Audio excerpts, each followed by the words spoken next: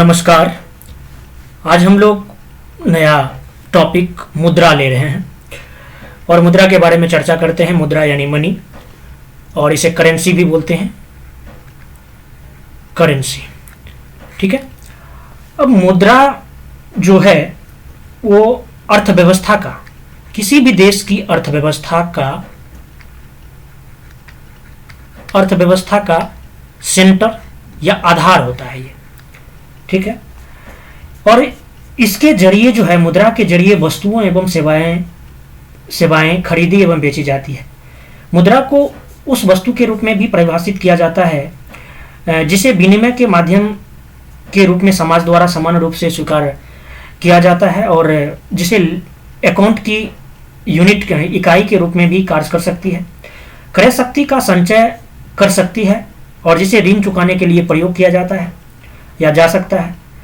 और प्राचीन काल में भी भारतीय समाज में मुद्रा के रूप में वस्तु विनिमय प्रणाली का प्रचलन था, जो अब उस टाइम में भी देखा जाता था। जो अगर ए और बी दो पर्सन था, तो अगर ए को किसी चीज की आवश्यकता पड़ता था तो वो बी को, अगर बी को किसी चीज की आवश्यकता पड़ता था तो ए से ले लिया जाता था, और अगर ए को किसी चीज की आवश्यकता पड़ता था तो ये भी वस्तु के रूप में इसे उसके बदले में दे दिया जाता था।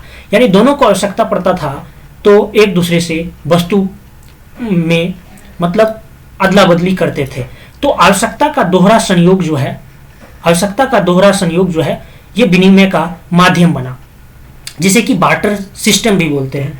तो ये वस्तु की विनिमय प्रणाली का प्रचलन भारतीय समाज में पहले से ही था, प्राचीन काल में भी।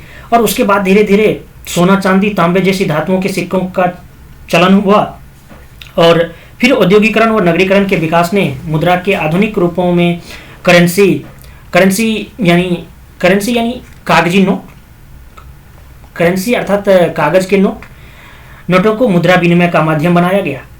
और एक अर्थशास्त्री थे जिसका नाम था अर्थशास्त्री फ्रांसिस अर्थशास्त्री था ए वाकर,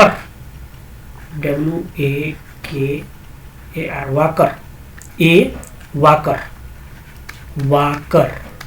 तो ए वाकर जो थे ये अर्थशास्त्री फ्रांसिस थे, और इसने बताया था, इसने ये कहा था जो मुद्रा जो है, मुद्रा वह है जो मुद्रा का कार्य करे। यानी मनी, यहाँ पे मैं लिखता हूँ, ये इसने बताया जो मनी जो है, मनी इज व्हाट मनी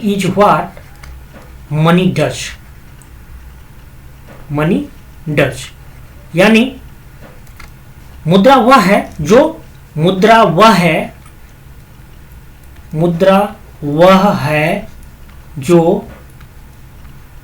क्या मुद्रा का कार्य करे।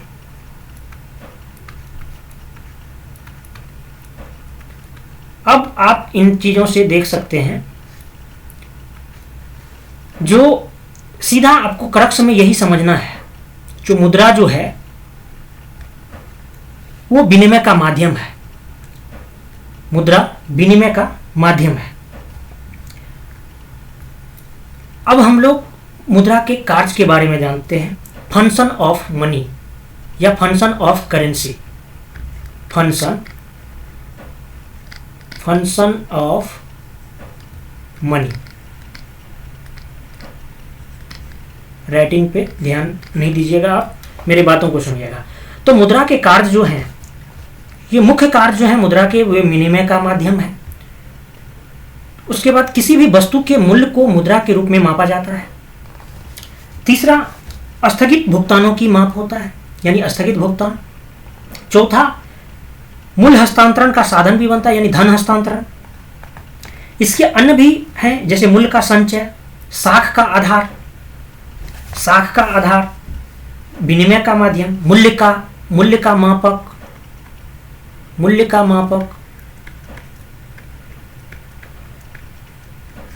ये भी हो सकता है। तो ये सभी उनके कार्य हैं। अब मुद्रा के प्रकार के बारे में अगर हम लोग जाने, मुद्रा के प्रकार, टाइप्स, टाइप्स ऑफ मनी।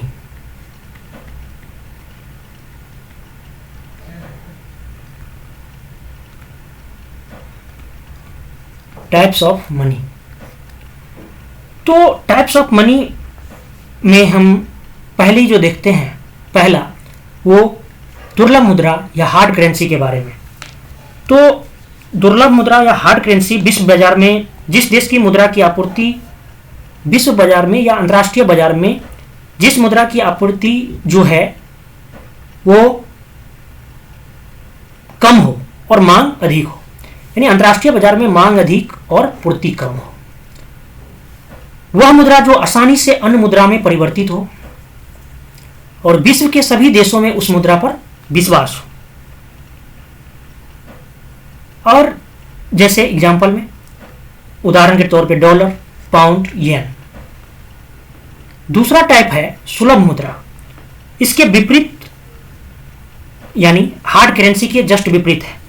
जिस देश की मुद्रा की आपूर्ति की अपेक्षा मांग कम, यानी जब मुद्रा की तुलना में आपूर्ति ज्यादा हो और आसानी से अन्य मुद्राओं में परिवर्तित न हो, यानी अंतर्राष्ट्रीय बाजार में बड़ी आसानी से उपलब्ध हो जाती है ये, तो ये सुलभ मुद्रा कहलाएगा या मुलायम मुद्रा। एग्जाम्पल के तौर पे आप रुपया को ले सकते हैं। नेक्स्ट जो है कृत्रिम मुद्रा। कृत्रिम मुद्रा की जहां तक बात करें तो ये IMF के द्वारा लाया गया और IMF के द्वारा कृत्रिम मुद्रा के बारे में ये बताया गया, जो SDR जो होता है, इसमें स्पेशल ड्राइंग राइट, विशेष आहरण अधिकार, एक अंतर्राष्ट्रीय आरक्षित मुद्रा परिसंपत्ति है। SDR जो है एक अंतर्राष्ट्रीय आरक्षित मुद्रा परिसंपत्ति है, जिसे अंतर्राष्ट्रीय मुद्रा कोष द्वारा IMF द्वारा 1969 में सदस्य देशों के विदेशी मुद्रा भंडार को पूरकता प्रदान करने के उद्देश्य से इसे सृजित किया गया है। और इस बास्केट में 5 मुद्रा को रखा गया है। 5 मुद्रा को रखा गया और ये 5 मुद्रा कौन कौन है? डॉलर है, पाउंड है, यूरो है, येन है और 2016 में इसमें रेनमिनबी को भी शामिल कर लिया गया है। और ये जो बास्केट है इनमें, अच्छा ये जो लिखे हैं तो डॉलर कहाँ का है? डॉलर जो है अमेरिका का मुद्रा है। पाउंड कहाँ का है? तो पाउंड जो है ब्रिटिश पाउंड, ठीक है। और European British pound, European euro और येन जो है ये जापानी येन और ये चीनी रेनमिनबी चीनी है। रेनमिनबी इसको इंग्लिश में लिखते हैं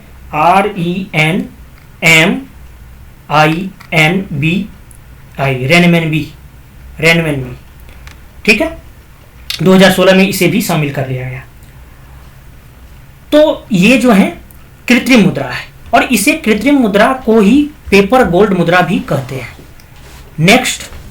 नेक्स्ट जो है गर्म या उष्ण मुद्रा, हॉट करेंसी। हॉट करेंसी में प्लायनवादिता होता है, यानी उस मुद्रा को हॉट मनी या गर्म मुद्रा कहा जाता है जिसमें वित्तीय बाजार में शीघ्र प्लायन कर जाने की प्रवृत्ति होती है। यानी जिस स्थान पर लाभ मिलने की संभावना अधिक होगी वहां उस स्थान पर यह स्थानांतरित हो जाती है। जैसे कि अगर बात करेंगे शेयर बाजार, तो शेयर मार्केट में भी है जो है शेयर बाजार में लगी विदेशी मुद्राएं जो भी हैं वो सारे के सारे जो है हॉट करेंसी का उदाहरण है।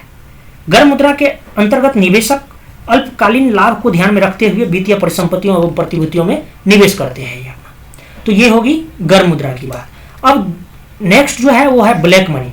तो ब्लैक मनी जो है इसके बारे में सीधा सा कहना है, जो ब्लैक मनी सभी देशों में, जो भी देश हैं सब में जो है टैक्स लगाया जाता है।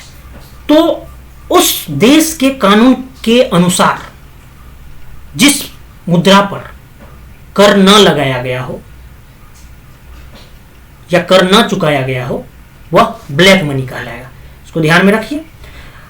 नेक्स्ट जो है legal tender money. Legal tender money विधि ग्राह्य मुद्रा या वैधानिक मुद्रा। तो वैधानिक मुद्रा जो है वह है जो विधान या सरकारी आज्ञा पर चलन में आती है और जिसे स्वीकार करने के लिए लीगल टेंडर मनी को स्वीकार करने के लिए प्रत्येक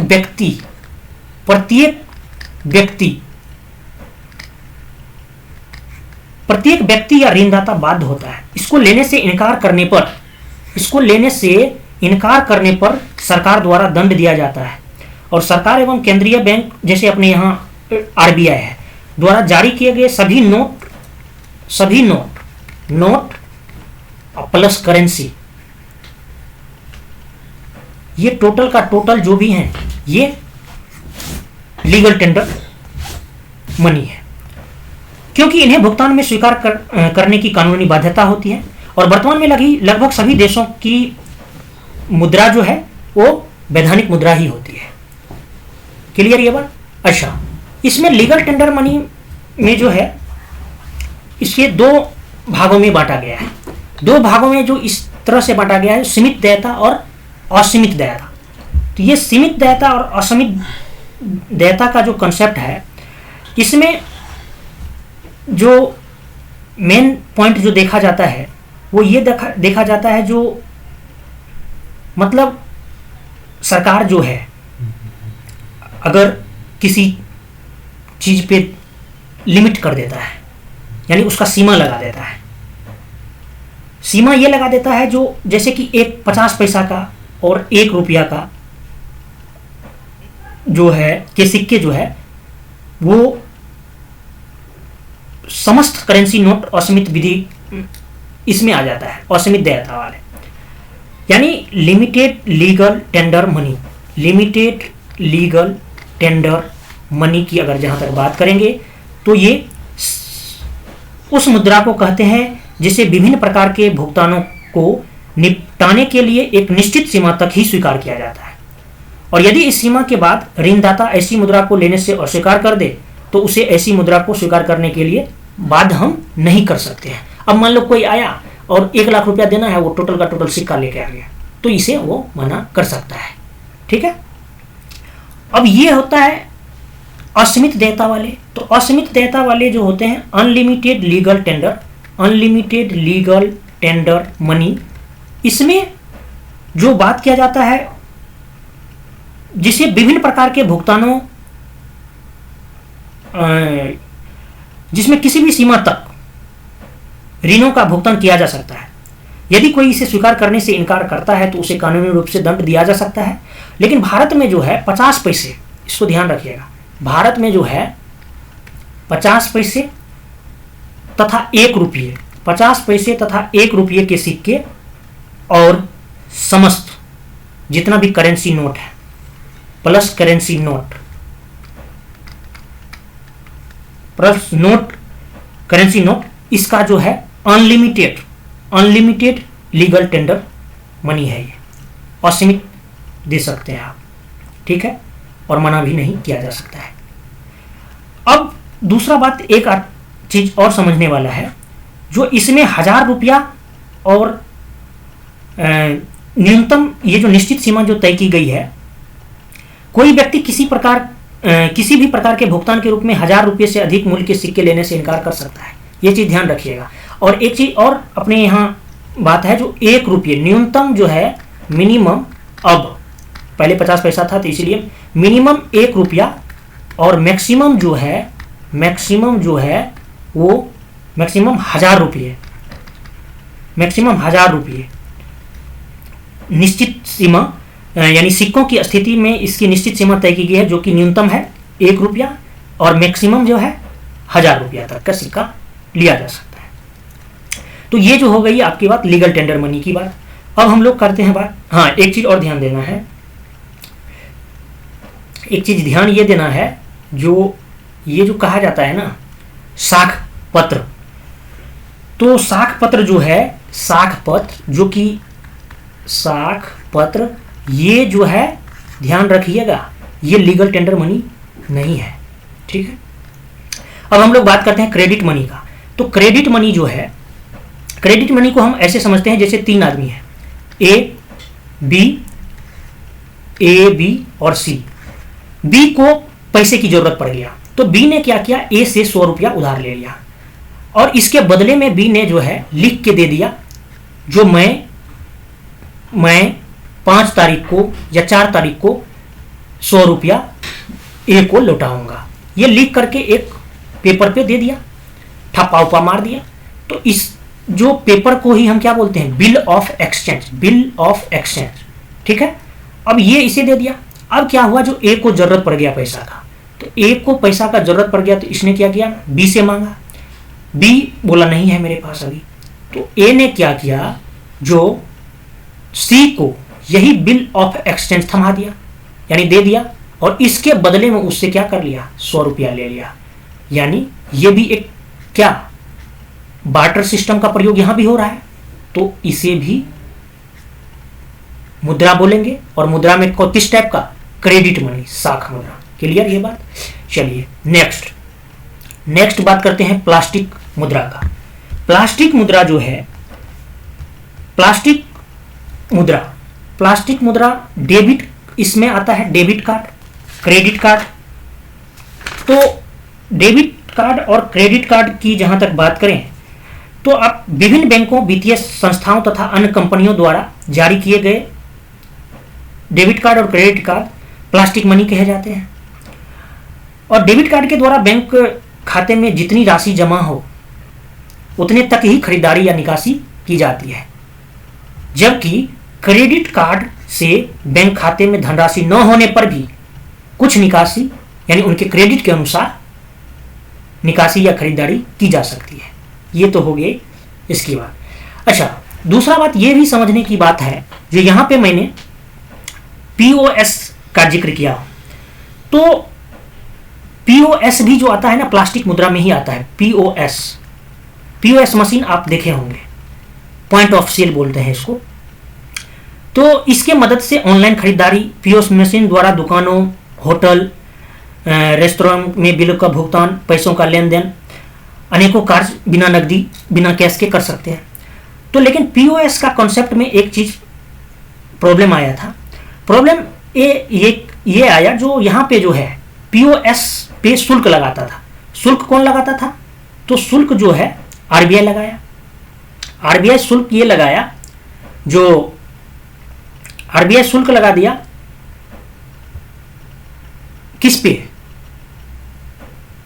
व्यापारी को जो है शुल्क देना पड़ता था बैंक को, और ये शुल्क देना पड़ता था, और ये शुल्क का निर्धारण कौन करता था, आरबीआई करता था।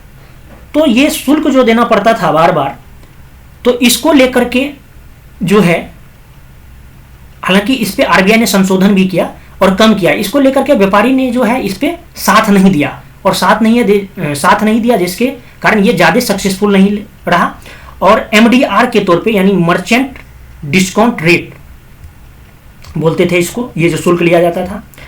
तो ये पीओएस का कंसेप्ट जो दिया था रतन पी बत्तल नाम के आदमी ने दिया था।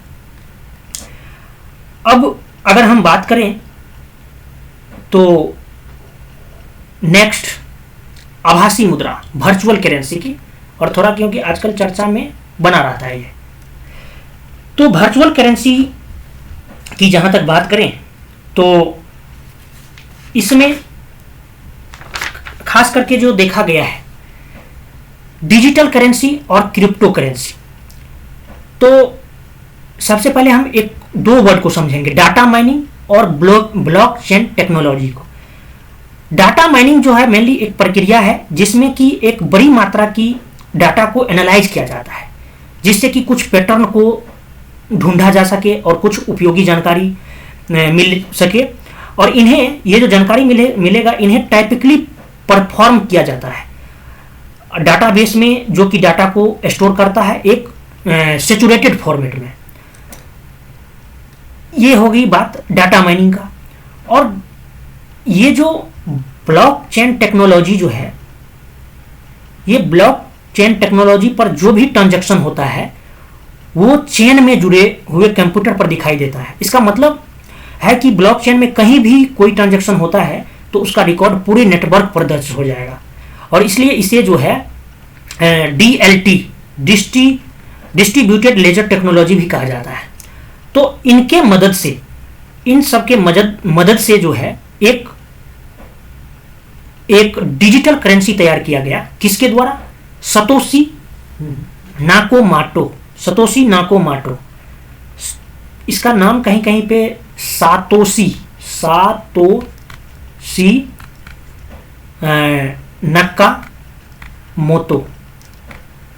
नकामोतो भी लिखा हुआ है। तो सतोशी नाकामोतो द्वारा जो है लाया गया। तो बिटकॉइन जो है ये भी इसका सिंबल है। तो बिटकॉइन एक विकेंद्रीकृत डिजिटल करेंसी है। यह पहली विकेंद्रीकृत डिजिटल मुद्रा है जिसका अर्थ है कि यह किसी डिजिटल मुद्रा है, और जिसका अर्थ यह है कि यह जो है किसी सेंट्रल बैंक द्वारा जारी नहीं किया जाता है, द्वारा संचालित नहीं हुआ है, और कंप्यूटर नेटवर्किंग पर आधारित भुगतान हेतु इसे निर्मित किया गया है। और इसका विकास जो है किसने किया है? Satoshi Nakamoto. कब? 2008 की बात है। और यह क्या था? एक इंजीनियर था। ठीक है। अब इसी तरह ये बिटकॉइन के ही आधार पर चर्चा में बना था जो फेसबुक भी जो है एक डिजिटल करेंसी लाने वाला है जिसका नाम रखा जाएगा लिब्रा। हालांकि अभी ये आया नहीं है तो इस पर ज़्यादा चर्चा करने की जरूरत नहीं है। अब हम लोग नेक्स्ट, हाँ, इसमें तो ये होगी, मतलब मुद्रा के प्रकार वैसे बहुत ज़्यादा हैं, जैसे कि अकाउंटिंग मनी या प्रॉपर मनी, लेखा मुद्रा, जिसमें कि ऋण, वस्तुओं का मूल्य, क्रय शक्ति आदि को व्यक्त करते हैं इसमें। और सांकेतिक मुद्रा भी होता है, टोकन मनी सांकेतिक मुद्रा की अगर हम बात करें तो जिसका आंतरिक धात्विक मूल्य उसके अंकित मूल्य से कम होता है, यह सस्ती धातु से बनी होती है। टोकन मनी जो होता है ना, जो अपने जैसे अपने यहाँ चल रहा है अभी, इंडिया गवर्नमेंट जो चला रहा है वो भी टोकन मनी ही है। टोकन मनी या इसको हम सांकेतिक मुद्रा बोलते हैं। तो यह वह मुद्रा होती है जिसका आंतरिक धात्विक, जैसे कि आप देखे होंगे जो 1 रुपया 20 रुपया तक का सिक्का अब चलने लगा है। तो मान लीजिए सपोज कीजिए 1 रुपया का अपने यहाँ जो सिक्का चल रहा है, तो 1 रुपया का सिक्का चल रहा है, अगर उसको बनाने में 1 रुपया का ही अगर खर्च लगेगा तो फिर क्या फायदा है? कुछ फायदा नहीं है। तो यानी जिसका आंतरिक धात्विक मूल्य जो है, यानी धात्विक मूल्य, इसे बनाने का जो खर्चा है उसके अंकित मूल्य से कम होगा। कम होगा तो यह क्या? टोकन मनी कहलाएगा। लेकिन अगर वहीं पे टोकन मनी और इसके अपोजिट अगर जाएंगे आप, अपोजिट किस पे जाएंगे? अपोजिट आप चले जाइए, यहाँ पे बता देता हूँ, स्टैंडर्ड मनी पे, क्योंकि आजकल बहुत चला जाता है ये, खास करके धनतेरस वगैरह में स्टैंडर्ड मनी नाम से ही देखिए स्टैंडर्ड है। तो स्टैंडर्ड मनी मानक मुद्रा बोलते हैं इसको, मानक मुद्रा। अब इसके बारे में आप एकदम अनुमान लगा सकते हैं, जो यह वह मुद्रा होती है जिसका कि वास्तविक एवं अंकित मूल्य, अगर कोई चीज 1 रुपया का है, 1 रुपया तो होता नहीं है, अगर ये 10,000 रुपया का है, 10,000 रुपया, तो इसका वैल्यू भी 10,000 रुपया ही रहेगा। यानी अंकित मूल्य के बराबर अगर वास्तविक मूल्य रहेगा तो वो मानक मुद्रा होगा। जैसे कि सोने और चांदी के सिक्के प्रमाणिक मुद्रे होते हैं, तभी सभी जिसके पास भी ज्यादा पैसा हो जाता है वो क्या करता है? प्रमाणिक मुद्रा रखने लगता है। और प्रमाणिक मुद्रा रखने लगता है, फिर वो अपना बक्सा भर जाता है, इनकम टैक्स वाले को पता चलता है, जाके टोटल फिर से गवर्नमेंट को सौंप दिया जाता है। तो खैर ये सब बात तो होते रहेगा। तो ये हो गई बात। अच्छा हाँ, टोकन मनी और स्टैंडर्ड मनी की बात, दोनों एक दूसरे के अपोजिट है। ठीक है, प्लास्टिक मनी भी हम बता दिए आपको, और हॉट मनी भी जान लिए। अच्छा, साख मुद्रा तो आपको बताए ही। तो ये सब ही हो गया। हाँ, एक मुद्रा होता है नियर मनी, नजदीकी मुद्रा, नियर मनी। नियर मनी जो होता है, देखिए नियर मनी आपको सिर्फ याद रख लेना, कहीं पे सवाल नहीं पूछा गया है, जो वह संपत्ति जो ऐसे रूप में हो जिसे जल्दी तथा आसानी से मुद्रा में परिवर्तित किया जा सकता है। जैसे जैसे क्या हुआ, बहुत जगह ऐसा सुनने में भी आता है, जो 2-3 जगह हैं, जैसे कि गोवा साइड में कहा जाता है, जो बहुत इंसान जो अपने हाथों में स्वर्ण गोल्ड रख के रहते हैं, अगर उसे जरूरत हुआ पैसा तुरंत निकाल के देता है और उससे दुकानदार से ही पैसा ले लेता है। तो यानी कि वह संपत्ति जो ऐसे रूप में हो जिसे जल्दी तथा आसानी से मुद्रा में परिवर्तित किया जा सकता है, उसी को हम लोग क्या बोलेंगे, नियर मनी बोलेंगे, नजदीकी मुद्रा बोलेंगे, जैसे कि सोना चांदी। तो ये हो गई बात आपको यानी मुद्रा के प्रकार के बारे में। ठीक है, बहुत सारे प्रकार हैं, लेकिन जितना अपना लोग को जरूरत था उतना अपना लोग जाने। अब हम बात करते हैं मुद्रा की आपूर्ति को लेकर के, सप्लाई ऑफ मनी को लेकर के। ठीक है, supply of money, supply of money. अब ये सप्लाई ऑफ मनी जो है, इसका एक चीज ऑफ आप देख लीजिए, इसके मापन की हम लोग चर्चा करेंगे।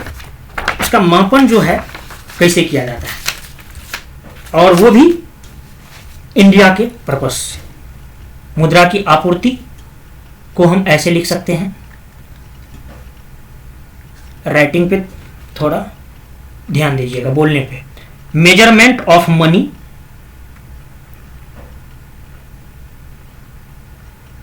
Measurement of money supply in India, Bharat के ही बारे में चर्चा करेंगे। तो यानी भारत में मुद्रा की पूर्ति की माप कैसे किया जाता है, इसके बारे में। तो जब भी मुद्रा की आपूर्ति की बात करेंगे, ठीक है, मुद्रा की आपूर्ति की बात करते हैं, तो इससे आशय मुद्रा की कुल मात्रा से है, मुद्रा की कुल मात्रा से है, टोटल से है। ठीक है, और अर्थव्यवस्था में लोगों द्वारा विभिन्न रूपों में अपने पास रखी जाती है ये। और मुद्रा पूर्ति के जो मेनली जो घटक हैं, जैसे कि अगर बात करेंगे अभी भारत सरकार की, तो भारत सरकार के जो भी पीपल हैं, लोग हैं, वो अपने पास पैसा रखेंगे घर में किसी काम के लिए, या नहीं तो बैंक में रखेंगे। और बैंक जो व्यापारिक बैंक है वो भी क्या सेंट्रल बैंक के पास रखेंगे, और नहीं तो अपने पास रखेंगे। यानी लोगों द्वारा अपने पास रखी गई करेंसी तथा व्यापारिक बैंकों द्वारा रखी गई निवल मांग जमाएं, मेनली यही घटक है। और भारतीय अर्थव्यवस्था में जो है, भारतीय अर्थव्यवस्था में मुद्रा पूर्ति की मांग में जो है सामान्यतः 4 हैं, 4 नहीं 5 कर सकते हैं, जो एक M0, M1, M2, M3 और M4। इसके बारे में हम लोग बारी बारी से अभी देखेंगे भी। तो अर्थव्यवस्था में मुद्रा का प्रवाह कहाँ कहाँ व्याप्त है, इस बात की जानकारी रिजर्व बैंक द्वारा रखी जाती है, और ताकि मौद्रिक नीतियों का संचालन किया जा सके, अर्थव्यवस्था में मुद्रा के प्रवाह के स्तर का मूल्यांकन किया जा सके। और ये जो M0 का जो बात है ना, या M0 भी इसको बोलते हैं, इसको आरक्षित मुद्रा बोलते हैं। ठीक है, और 1977 में पूंजी की आपूर्ति पर गठित दूसरे कार्य समूह की अनुशंसाओं पर जो है आरक्षित मुद्रा जो है ये M0, इसके अलावा M1, M2, M3 और M4 को भारतीय रिजर्व बैंक द्वारा प्रकाशित किया जाता रहा है। अब हम लोग देखेंगे M1 क्या होता है, M2, M3, M4 में क्या क्या शामिल होता है। पहले हम बात करते हैं जो M1 की। तो M1 की जो बात है, M1 की, अच्छा, मुद्रा का जो जारी करता होता है ना, ये भारतीय रिजर्व बैंक द्वारा भारत में मुद्रा जारी किया जाता है, ये आपको पता है। और उसका विनियमन करता है, परिचालन योग्य न रहने पर उन्हें नष्ट भी कर देता है। और रिजर्व बैंक सरकार को नवीनतम सुरक्षा विशेषताओं वाले करेंसी नोटों की डिजाइनिंग की जानकारी भी उपलब्ध कराता है, जो कैसे करना है। जैसे अभी आपने देखा होगा जो सब कलर का, हर तरह का, होली में बहुत वायरल हो रहा था, जो सब कलर का, सारे नोट को एक जगह रख के सब कलर का बना दिया गया। ये सब चीज़ जो भी डिजाइनिंग का बात जो है, ये रिजर्व बैंक सरकार को उसकी सुरक्षा को लेकर के विशेषताओं वाले करेंसी नोटों का डिजाइनिंग की जानकारी उपलब्ध कराता है। ये सारा काम आरबीआई का है, सेंट्रल बैंक का। तो अब हम लोग जानेंगे जो M1। तो M1 जो है, इसे संकीर्ण मुद्रा बोलते हैं, नैरो मनी बोलते हैं। M1 में जनता के पास करेंसी प्लस बैंकों की मांग जमाएं प्लस आरबीआई की अन्य जमाएं, ये शामिल होता है। और ये M1 जो है, M1 मुद्रा, ये सबसे ज्यादा तरलता होता है इसमें। क्लियर? अब बात आती है M2 की। तो जितने भी M1 में पढ़े वो ले लीजिए, और इसमें जोर देना है डाकघर की बचत जमाएं, डाकघर की बचत जमाएं। क्लियर? फिर नेक्स्ट M3। M3 जो है, इसको ब्रॉड मनी बोलते हैं, व्यापक मुद्रा, या इसे सुलभ मुद्रा भी बोला जाता है। इसमें M1 प्लस बैंकों की सावधिक जमाएं, M1 प्लस बैंकों की सावधिक जमाएं, टाइम डिपॉजिट जो बोलते हैं, यही है सावधि जमाएं, आप लोग जानते होंगे। M4 जो है, इसमें M3 प्लस डाकघर की समग्र जमाएं। ठीक है, M3 प्लस डाकघर की समग्र जमाएं। लेकिन एक चीज ध्यान दे लेना है, यहां पे एक चीज एक्सेप्शन रहता है, क्या? राष्ट्रीय बचत प्रमाण पत्रों को छोड़कर। राष्ट्रीय बचत प्रमाण पत्र को छोड़कर।